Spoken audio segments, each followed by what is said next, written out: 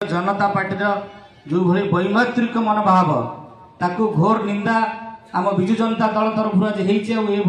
आपण मान समागम विरुद्ध निश्चिंत आंदोलन हम आम नयागढ़ जिले में पाखापाखि 90 रु अधिक प्रतिशत लोक चाष उपर निर्भर करुवा बेले ये जो अदिनिया वर्षा होती चाषी कूल आज हताश होने देखुवे धान कि गजा हो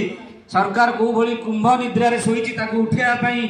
केवल नयागढ़ नुह प्रति पंचायत प्रति गाँव में घरे घरे ये आंदोलन हम सरकार जमी चाषी कूल कथा निश्चिंत बुझ आम नवीन बाबू जिते थे चाषी कूल कि हसुला आपण मैंने समस्ते जानते धानर मान 3100 टंका ने कहीकि जो धान क्षय क्षति जहाँ अमल होती उठी पारे आपण मैंने जानते मुझे समस्त निवेदन करी डॉक्टर अरुण कुमार साहू नेतृत्व नयागढ़ जिलार समस्त चाषी केमी क्षय क्षति होता जिन पाइबे से आंदोलन आहरी तीव्र हम ये समस्त धन्यवाद मोर अभिभाषण।